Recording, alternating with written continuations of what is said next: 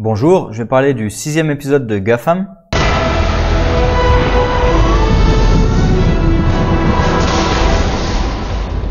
Encore une fois, on peut séparer l'épisode en deux, alors avec deux choses différentes maintenant. Tout le côté Riddler, Gordon, Eduardo, etc.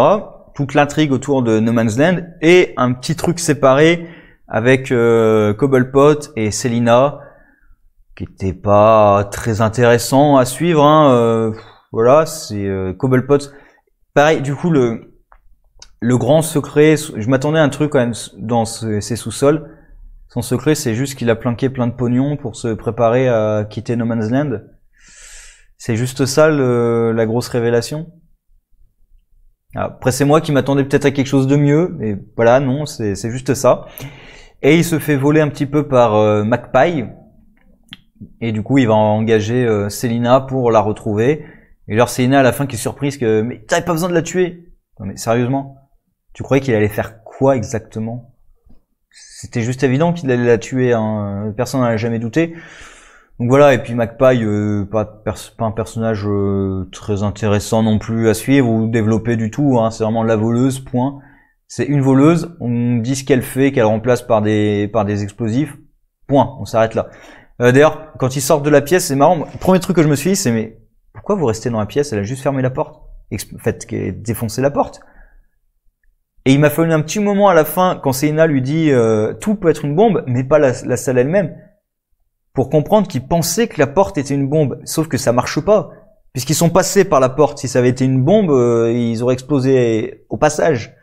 Donc pour ça, j'ai même pas pensé une seule seconde que la porte pouvait être une bombe en fait.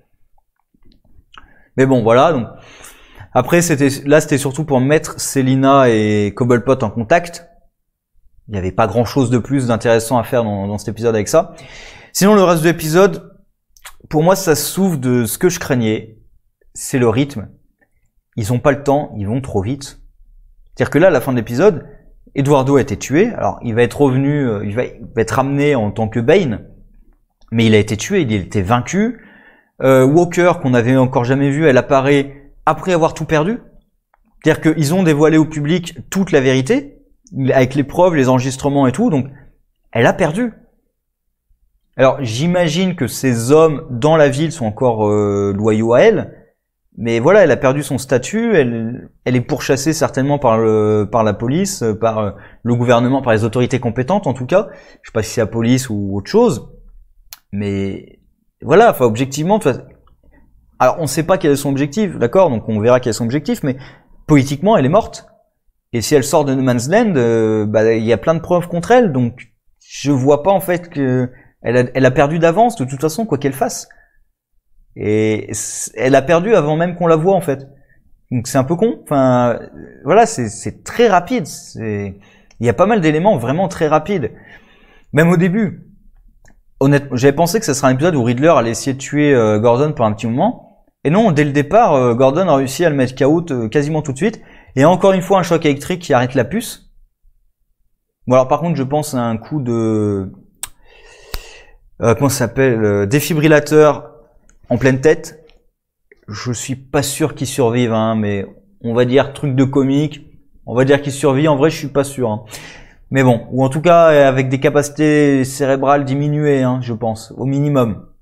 Bref, la puce, on peut l'enlever très facilement.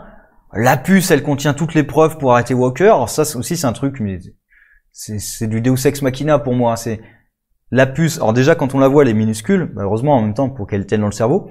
La puce, elle peut à la fois contrôler la personnalité de quelqu'un et en même temps enregistrer toutes les informations.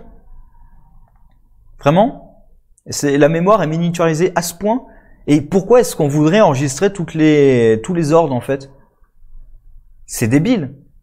C'est débile de créer une puce qui enregistre tes ordres quand tu veux créer un assassin secret. Ça n'a pas de sens.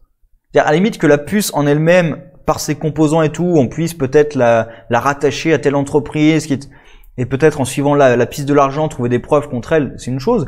Mais là, la puce contient littéralement des enregistrements audio. C'est débile. De la part des méchants, c'est débile de faire ça en fait. Et pareil, comme la puce est très simple à enlever, il y a un truc à la fin de l'épisode qu'ils étaient obligés de faire parce que sinon on se dirait c'était pas logique, avec justement Lee qui revient, la copine de Gordon hein, qui revient. Tout de suite, je me suis dit évidemment qu'elle était avec Riddler, évidemment qu'elle va avoir une puce dans la tête. Hein. Enfin, ça me paraissait évident qu'elle allait être manipulée. En plus, quand Gordon la retrouve et que c'est elle qui a battu l'agent et pas l'inverse, ouais bon d'accord, c'est une mise en scène pour que Gordon lui fasse confiance. Et ce que je trouve génial, c'est que personne pense à lui faire peut-être alors ils ont pas de scanner, mais Lucius Fox, il devrait être capable de voir qu'elle a une puce ou pas. Et comme on a vu de toute façon qu'ils peuvent enlever la puce très facilement sans que ça pose aucun problème, il n'y a pas de dilemme sur le fait d'enlever la puce à quelqu'un. Ben voilà, on sait qu'elle a une puce, c'est réglé en 2 minutes et on lui enlève la puce. Donc, ils étaient un peu obligés de faire ça parce que il fallait justifier où était Lee. Et du coup, si elle était avec, si c'est Walker qui l'avait récupérée, forcément elle avait une puce, donc ils étaient obligés un peu de faire ça. Mais voilà, c'était évident que ça allait pas durer plus de 5 minutes et ça durait 2-3 minutes grand maximum. Voilà. Donc là, j'ai un problème justement avec l'enchaînement des choses qui est trop rapide, qui est vraiment trop rapide. Il n'y a pas le temps. Et là, donc quand même, les ennemis, Eduardo et Walker, ont perdu. L'épisode précédent, on a appris que c'était des méchants. Cet épisode, ils ont perdu. Alors oui, ils vont rebondir sur autre chose, d'accord, mais Walker a perdu toute sa position. Alors, elle a peut-être pas perdu toute son influence, mais en tout cas, voilà, elle est en très mauvaise posture. Bon, Eduardo, ils vont le faire revenir en Bane. Bon, pareil, on va dire que Riddler, il survit à un défibrillateur en plein crâne. Lui, il survit à être embroché pendant quasiment toute la journée. Ouais, bon, d'accord. Hein. Pareil, c'est censé être le nouveau Bane. Il s'est quand même fait défoncer par Gordon. Hein. Ça, voir Bane se faire battre même pas spécialement Gordon, mais juste se faire battre par un être humain normal en fait. Parce que Bane, même sans Venom, il est censé être pas imbattable, mais c'est censé être l'un des très bons combattants de l'univers d'ici quand même. Et c'est aussi censé être un des personnages les plus intelligents de l'univers d'ici. D'ailleurs c'est l'un des premiers à avoir découvert l'identité de Batman du coup comme Bruce Wayne tout seul. Juste par ses capacités aussi de raisonnement. Bref, voilà, cet épisode, j'ai pas trop accroché à cause, essentiellement parce que c'est trop rapide. Il y a beaucoup de choses, ça s'enchaîne trop vite et ça m'inquiète un petit peu. Alors là, apparemment, l'épisode suivant, ça va être axé sur le Joker qui vient de capturer Alfred. Donc voilà, peut-être ça va être de meilleure facture, mais là, alors c'était pas mauvais non plus, c'est pas ça, mais j'ai l'impression qu'ils ont écrasé 2 ou 3 épisodes en un seul, en fait. C'est un peu ça. C'est qu'ils prennent pas leur temps. En même temps, ils ont pas le temps parce que la saison là est vraiment réduite. Donc, voilà, après, peut-être qu'ils voulaient se débarrasser de ça rapidement pour passer tout de suite sur Eduardo Bane et Walker, peut-être en faire plus. Peut-être que le plan de Walker va être très intéressant à suivre. Maintenant qu'elle l'est dans No Man's Land, peut-être qu'on va pouvoir la travailler un petit peu plus et que ça va devenir un antagoniste intéressant. Même Bane, qui est un petit peu on découvre un petit peu plus de son histoire. C'est pas non plus passionnant, hein. C'est que voilà, il s'est retrouvé dans une prison abandonnée par son gouvernement. Du coup, maintenant, il est aux ordres. C'est juste un mercenaire, quoi. Alors, il est loyal envers Walker parce que c'est elle qui l'a sorti de prison. Je m'attends presque à ce qu'on découvre qu'en fait, c'est elle qui l'avait envoyé là-bas, mais parce qu'ils disent voilà, c'est les politiques qui nous ont laissés là-bas. Je me demande si Walker faisait pas partie des politiques qui l'ont laissé là-bas et qui ensuite se rendant compte du potentiel s'est dit tiens je vais l'aider comme ça il m'en revaudra. Je sais pas. Après voilà, je vais pas aller tellement plus loin dans l'épisode. C'est un peu dommage. Ça va trop vite. Là on va rester sur le Joker, donc je pense que ça peut être très bon. J'espère que ça va être très bon. Et la deuxième partie de Bane et Walker. Là, j'espère qu'ils vont prendre un peu plus de temps parce que de toute façon, après le Joker, une fois qu'on aura réglé le problème du Joker, il y a quasiment plus rien d'autre à régler. J'ai l'impression que le No Man's Land, ils l'ont complètement laissé de côté. Alors, je sais pas, peut-être qu'ils vont en reparler, mais j'ai quand même l'impression que le No Man's Land a été complètement mis de côté. Et en même temps, du moment où ils ont fait venir des militaires dans le No Man's Land, voilà, Scarecrow, il peut pas tenir face à des militaires, Freeze, Firefly, ils peuvent pas tenir face à des militaires. Voilà, enfin même d'ailleurs pareil quand ils débarquent chez Barbara, c'est marrant parce que Barbara elle dit non, mais mes hommes, enfin façon de parler vu que c'est que des femmes, donc, mais mon armée peut pas t'accompagner parce que elles doivent garder mon territoire. Et là t'as les militaires qui débarquent, donc tu dis ouais bah ils gardent super bien ton territoire. Hein. C'est pas censé être les femmes de la League of Assassins là, les meilleurs assassins au monde et tout. Les militaires ils passent comme dans du beurre là-dedans, donc c'est un peu con, hein. Mais voilà. Du moment où les militaires sont présents, en fait, le principe du Man's Land a plus trop d'intérêt parce que c'est eux qui ont la force de frappe, c'est eux qui ont les compétences aussi. Donc voilà, le No Man's Land, il tient pas face à eux.